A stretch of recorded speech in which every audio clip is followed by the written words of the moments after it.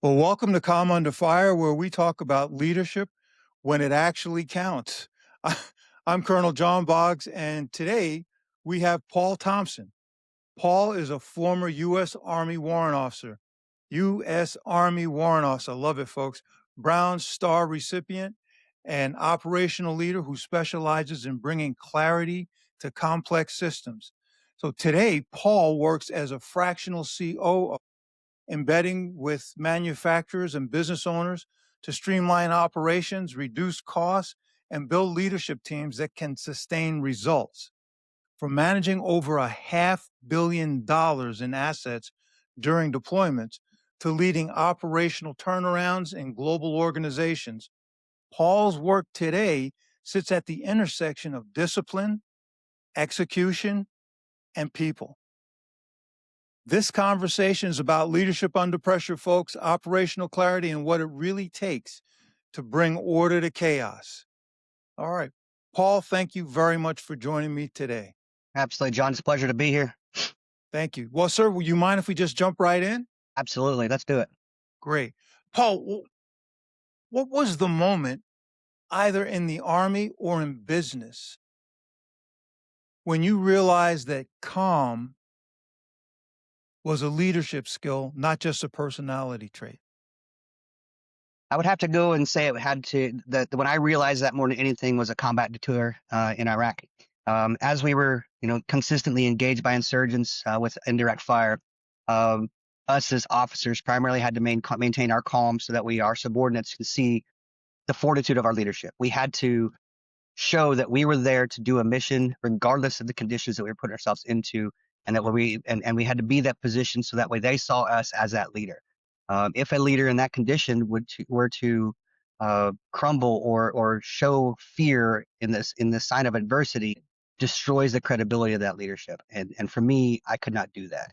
I have a team of maintainers as a warrant officer, and the mortar pools, we call them. We were on the outside skirts of the FOBs, the four operating bases, and we were consistently getting attacked. And so, we had to maintain that strength and show our teams that, look, we're here to do a mission, team. You've got good leadership here. We'll get through this together.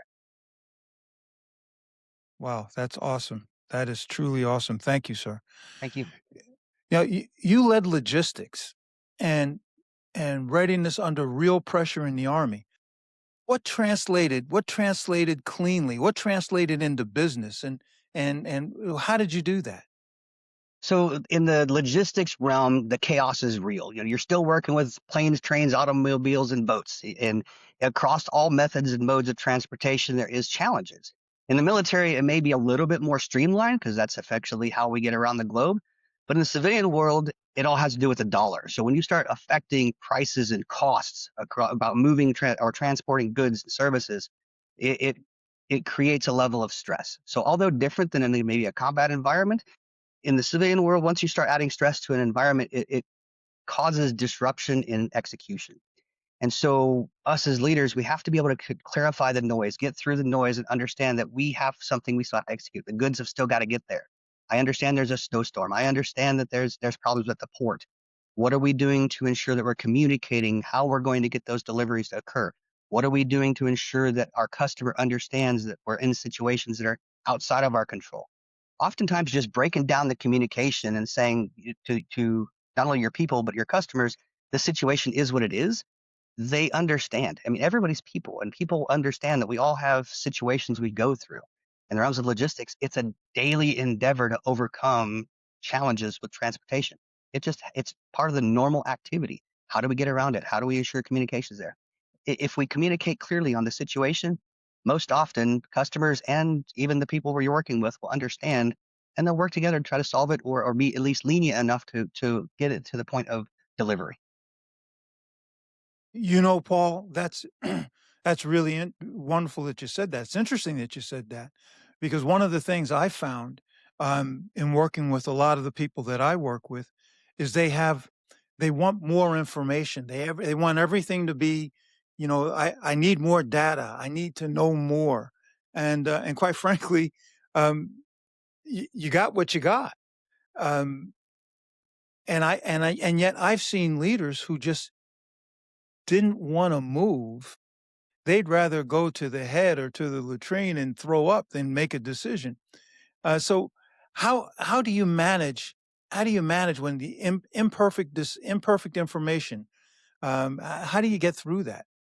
Yeah, as in the military, that happens all the time. We were always given a portion of an order to get something done. We never had fully clear of where we needed to go or an objective to take or Hmm. what we needed to actually get done. So we were always trying to put the pieces of the puzzle together. We know we have this overarching mission or overarching objective we have to do. We understand what our piece of that pie is and how it's important. From there, it's just a matter of understanding our teams, what their capabilities are, and what they have to deliver.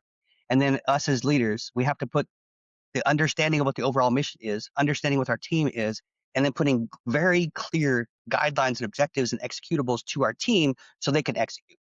They don't always understand that have an absence of information. What they do know very well is what their job is, what they have to do to execute that job, and what success looks like in their world. So as leaders, we have to be able to fill those gaps and be able to give them very clear instructions so they can execute, even in the absence of clear information. And that's a true sign of a leader. We can fill in those gaps and still get our teams to execute. You know, we task organize, we prioritize, we assign and we execute. That's the way we get stuff done. Do you find it's the same way in business? In the business world, it's a different aspect because and we don't have to. Let me take this back. We have to be more concerned on an empathetic level in the civilian world. In the military, it's you go, you execute, and I could give a crap about your feelings. In the civilian world, you have to understand that people have things going on beyond just business. They have personal lives, they have personal problems, they have situations that they're going through, and that affects their output. As leaders, the best leaders are the ones that take time to understand and know their team and know them to a point of how many children they have, or if they have any, what their relationship statuses are like, how they have their cat, their dog, their house, what they do for vacation. The more you know your subordinates and understand where their life is coming from, you can clear the noise for them and show them that what they do is important to the organization. You can get them to understand that you're a human too, and we're all both here to do a job, just from a different level. And if I can give you the ability to get your job done while still taking care of your family and doing the things you need to do, it's going to make me come across as a better leader because I understand where you're coming from. At the same time, we take the rank off essentially. It's like, I'm going to take my rank off. We're going to sit down together. What do you do for fun? What do you do to enjoy yourself? And in turn, it breaks down the lines of communication. The subordinates start to understand that, we're just people. We're in different positions in the company, but at the end of the day, we have to get stuff done. What's even more important is getting them to understand that what they're do in their role matters. Often you see that people in their individual contributor roles, they just want to do their job and go home. What they don't understand is how that's making an impact to the organization. So as a leader, I've always made it a point to tell my people that, look, what you're doing matters to the company in the realms of X production, Y value, uh, Z bottom line. They're creating something for the company that's giving that company money in some way, shape, or form, which in turn gets them a paycheck. And the better they perform in doing their activity, that little piece of the pie gets that much better. It tastes better. It works better. It feels better. So in doing so, they start to gain some understanding of and ownership in that because they feel that pride in getting stuff done.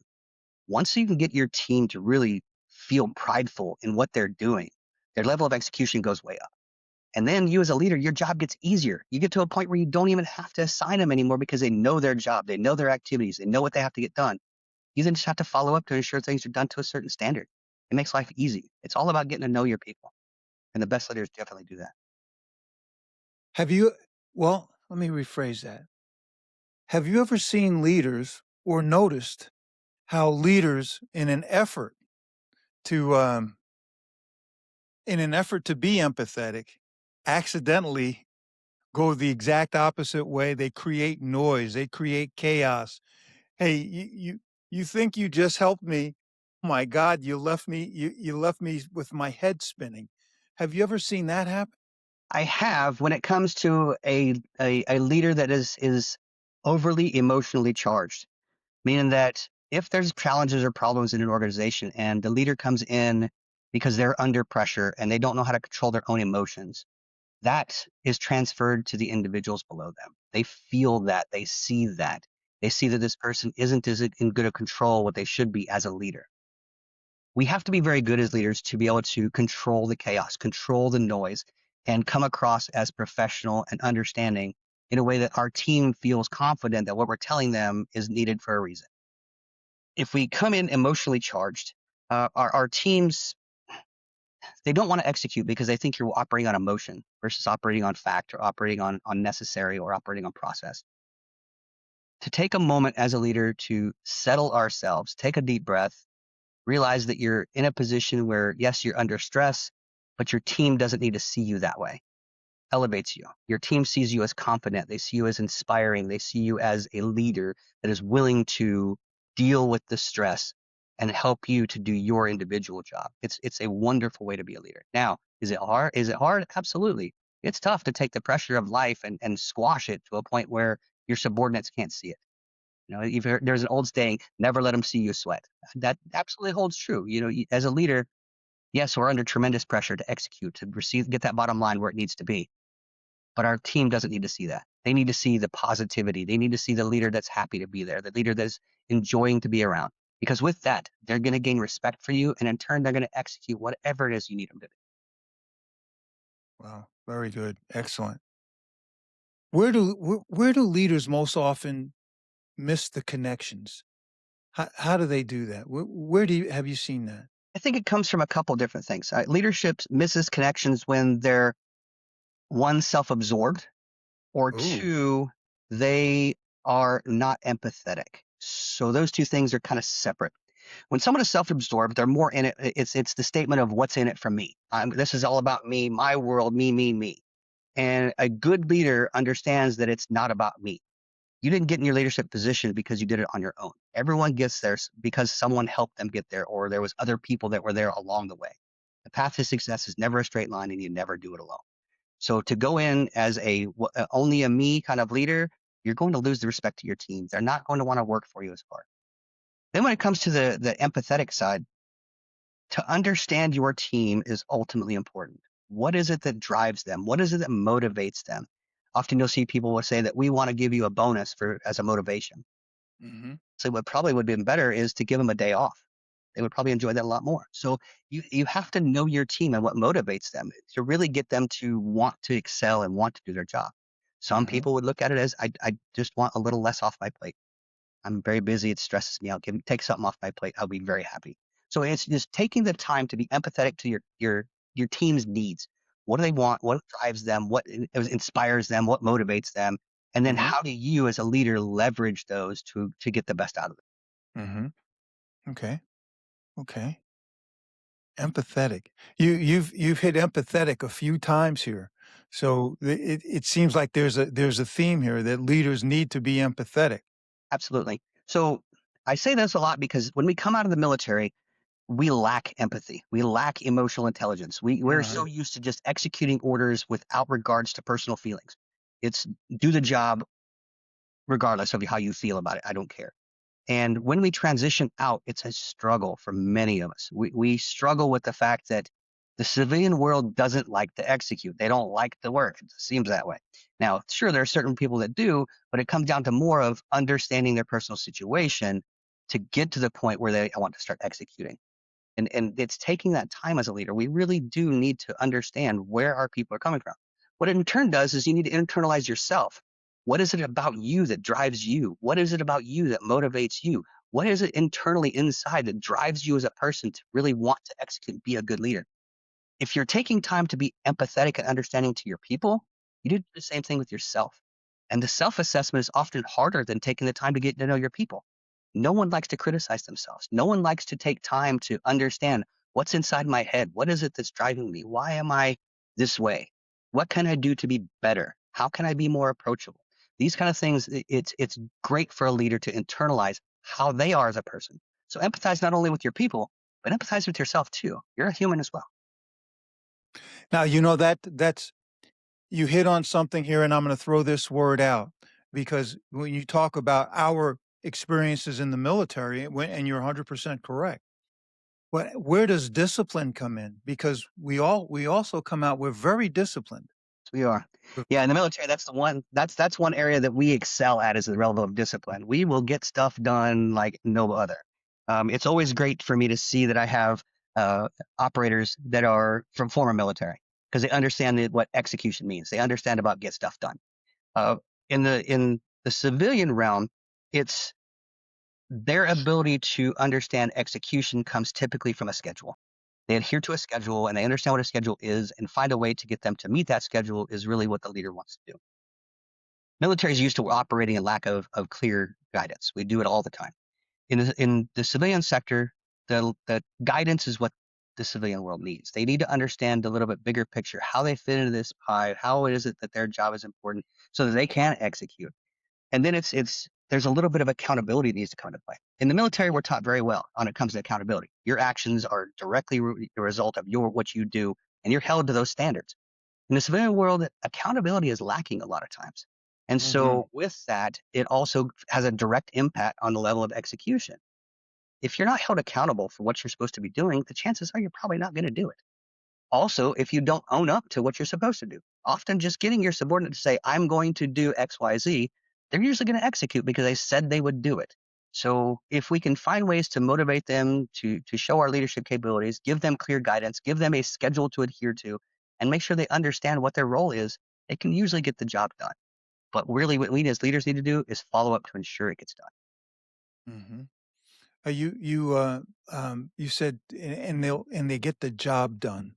Um, One of the things that I've noted is, as a matter of fact, I call people out on it. They said, "Well, here are our expectations." And again, in the military, that seems to work over just fine. But what I found on this side of the fence is expectations are losers because either you did it or you didn't. Period. Either you made it or you failed. And it seems like agreement is more the word on this side of the fence. That is, I agree that I can do that in that amount of time, or I don't agree that I can do that in that amount of time. Um, what are your thoughts on that? On the differences between agreement and expectation? So expectation to me is almost a sense of false reality because what I can expect of you versus what you can actually do can very much be two different things. So as a leader, we have to be able to understand the realistic expectation. What is it this person can actually truly do? What are they really capable of? Is my expectation realistic? Is it, just think of it like a SMART goal. Is it specific, measurable, achievable, time-based, basic operations? The same has to be done with an expectation. Is it specific? Is it measurable? Is it achievable? Is it something we can time base? It's the same thing with that. So if we set our expectations to a level of it's similar to a goal, then it can be achieved. Challenge is getting people to understand that what I expect of you is also what the job is to entail. I'm not going to expect anybody in my team or my subordinates to do something that is outside of the realm of what their capabilities are. Hmm. Sure, it may be possible that once in a while we want to push them, but at the same time, we want to make sure they're fully capable. When it comes to setting expectations, if you change it to a goal, you have something to achieve. And as you set goals, set them in a way where it's a small achievement. And I say that because when you can achieve something small, it starts to snowball. And then you achieve the next something small. And you continue to do this, and your achievements start to become greater and greater. As you continue to build these, and it will cause you to grow your expectations also, because you know that this person becomes more capable. So Hmm. expectations and capability have to go hand in hand. You've coached leaders.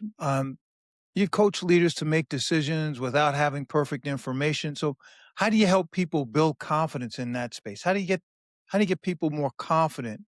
I know we're going back a little bit here, but Oh, that's to okay. get them confident in not having all the information. So to me, confidence comes from knowing your capabilities. This is where that internalization comes back to the past. The most confident people are the ones that are experts in their fields. For example, if you're going to go and speak in front of a group, you're typically not going to go up there if you don't know the topics. You're going to go up there with knowing every single thing there's going to be, what the questions are going to be. You're prepared. So the more prepared you are, the more confident you're going to come across. So in the lack of clear guidance, your confidence is what's going to take over because you have the experience, the knowledge, the understanding to fill the gaps. So yeah, that's the way I look at confidence. It's all about knowing your stuff. Knowing your stuff. Very good. Leaders should know their stuff. So where is the leader that fails? The leader that is there a common thing that you see where leaders um where it undermines their execution, they undermine themselves. Is there something that you've seen that does that? Yeah, to me, the an example that comes to mind is the narcissistic leader, the Mm, leader that is only in it for themselves.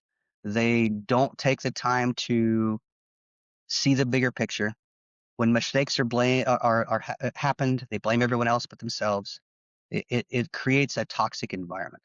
The narcissist is really, really hard to deal with because you're feeding an ego and a personality rather than a professional person.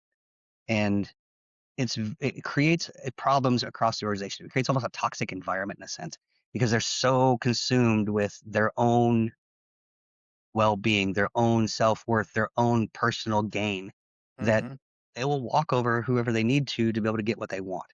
This to me is the most toxic kind of leader. And unfortunately, exist out there. There are some people in the world that's all they are is for just for themselves. However, I would also say that the people that work underneath them are probably not the most successful. And I say that because they probably don't have clear expectations. They probably don't have set clear goals. They probably don't have really good processes and workflows put in place mhm. because that narcissist is going to blame them for those things missing. So as we're a leader, we have peers that would be in these leadership environments. If we see this narcissist, we have to take the time to coach and mentor and tell them, look, the way you treat your people can be improved. Let me help you. Let me show you. Now that's challenging because a narcissist is going to think they're perfect in every Mhm. situation in the world. So what you have to do is approach them in a way where have you thought about, would you consider, what are your thoughts on? And you get them to start to think about what they do and how they do what they do. And it starts to get them to open up a little bit. And they start to realize that you're not there to break them down. If you try to do anything with a narcissist to break them down, they're just going to fight you. If you're doing it in a way where you're asking questions to get them to think about the way they're approaching things, they typically will start to understand a little bit. And eventually, what you want to do is get that narcissist to start asking you questions. Once that happens, you've built a level of trust with them. Then you can start taking and coaching them on ways to start really improving and get them to understand their approach isn't really appropriate. So it's you got to build trust with the narcissist, which is tough. It's really a tough thing to do. Once you get it though, they start asking you questions, then you can really coach and mentor them and get them out of that behavior. Wow, that is you that's a lot right there. To get a narcissist to come around is tough. So what I'm hearing is you're saying you're asking them questions. What I call it beautiful questions. You said what? What would you consider and what have you those are great questions. I love those questions. Um, wow. The narcissistic leader, that's the one that I'll jump off of that one very quickly here, but We've because all that had one them. I know we have. we all have them. I mean, they literally keep me in business, but we all have them. Absolutely. Yeah. So what has your work today? What has it taught you? What has it done with you as far as continually to grow your leadership? To what has it done for you? What has it made you more intentional? What has it done for you? Yes, for me, it's all about adding tools to my toolbox. And when I say that, I mean there's always something to learn. We're not we're on this world a very short period of time, and the confidence comes when we know stuff. And so the more stuff we can pack in our little head, the better we're going to be. So I'm consistently reading books. I just finished a book the other day. What is it? The 4 Ds of Execution. It's an older book, just a great book, older book to kind of give you some ideas. Another one, Traction, which talks about the entrepreneur operating system, a new way of doing business for small operators. These just give you tools in the toolbox, give you to see a different perspective on how things can be done in business to be better, faster, easier, cheaper, safer, higher quality. As leaders, especially me being in the operations realm, nowadays, I have to understand all aspects of business because operations touches everything. So by adding tools in my toolbox, I can speak confidently to the finance people. I can speak to the logisticians. I can speak to the production people on the floor because I understand what they're going through, Mhm. which is how I become successful because I'm willing to take the time to understand before I start offering advice, before I start making suggestions for changes, before we start implementing what's going on. We have to understand the current situation as it is now and look for those gaps, look for the areas where things could be improved, look for ways to drive seconds out of their manufacturing process, drive seconds out of their service delivery process so they can save money.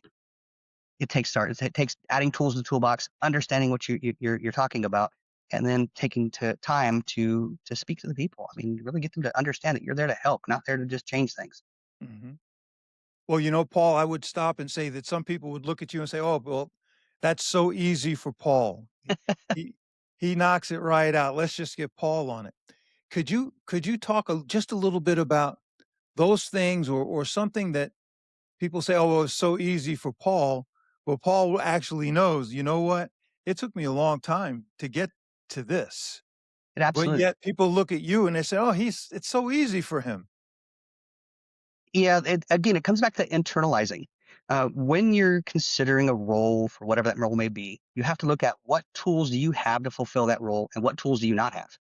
And being willing to take the time to invest the energy to add the tools to your toolbox. Take the time to learn what it is that is needed to fulfill that role. Every single role that we're going to take has different needs, different requirements. However, as a leader, the general aspect of leadership is always the same. We're leading people, we're developing people, we're getting, driving for the bottom line. The individual contributor or individual needs in that role, though, differ in the realms of there may be a specific technology you don't know. In the realms of AI, we're all living the AI world now. Fortunately, everyone's starting to embrace it, which I think is wonderful. It's adding those tools to your toolbox, being time to take and willingness to listen to yourself, talk to, with internalize what do I need to be able to be the best at this role I could possibly be, and am I willing to learn? As I came out of the military, I realized that, as I said earlier, empathy was something I did not have. And with that, I saw that my teams were struggling because my approach was just too abrupt. I was too forceful. I was too much just do what I say. And with that, we were struggling. So, and it happened to be a mentor that gave me the feedback, just as I said earlier about the narcissist. Took the time to say, look, the way you're talking to your people, you might want to change things a little bit. You're a little too forceful. You're too militaristic for them. And with that, I kind of had to internalize that. Feedback is great, and we have to be willing to accept both good and bad feedback. And I took that and I started to research and study and say, yeah, this is where I figured it out that the transition from military to civilian, there's things we lack. And in our case, it was, or in my case anyway, it was this whole emotional intelligence piece. I did not have any of it at all. So I started researching, finding books, going to classes, sitting in seminars to understand what this stuff is all about. And with it, I've found that, as I've said it many times in here, that empathy piece is paramount to being a good leader. And that's something that I would say is really take time to know your stuff. Wow. Okay. Take the time to know your stuff. That's very good advice. Well, you know, Paul, because the audience, the, the audience to this podcast are people who are in leadership positions. Um, and you have lived a very interesting life. You've got a very interesting background from military to business. And you've translated it, and it's going well for you. Well, what advice would you give them? Listening to, you've got a lot of young listeners, a lot of older listeners. The only thing we all have in common is we're all in leadership positions. What advice would you give them based on all the years of your experience? Whether it's something you wish you knew then, you knew now that you know then, or whatever, however way I say that. But I'm sure I just screwed that up. But but you get my point. What advice would you give them? The advice I would say is that two things. I said it earlier. The path to success is never a straight line, which means what you think you are today is probably not where you're going to be 10 years from now or further down the road. You can't say where you're going to be. And that line is going to be filled with bumps along the way. You're going to have ups, you're going to have downs, you're going to have good days, you're going to have bad days. And it's never a straight line, ever, ever, ever. So you have to understand that. The second is that you can never do it alone. The path to success is it's a lonely world. However, you cannot do it alone. There's always going to be people that you're going to either have as subordinates, peers, or bosses. And in all cases, you have to be able to have the ability to speak to their level and take the time to understand their position and how they can help you in yours. And one of the things that we do in the military, we gain this belief of a life of servitude. I'm kind of a little bit of a man of faith. That life of servitude goes back into our faith world as well, in that the more we're on earth to help others, the better society is. And that goes true for any society around the world. Everyone that's willing to work to help others, their societies are usually better. And I feel like in the business world, we don't do a lot of that. We need to take time to help our people, help each other, help our bosses for that matter, whatever it is they need. In the realms of feedback, your boss should have an open door policy and have the willingness to listen to a subordinate come in and give them some feedback. Have the ability to say, look, we're both people. Yes, I may be in a higher position than you, but at the end of the day, we're both people. We have to help each other. And if business owners and business leaders can realize that their people are what's driving their company and getting the stuff done, the better they treat them and the more understanding they are of their situations, the more likely they are to continue to do successful things for the company. And ultimately, that's where you grow and that's where you gain respect from your teams is what you can do to make their life easier, better, safer.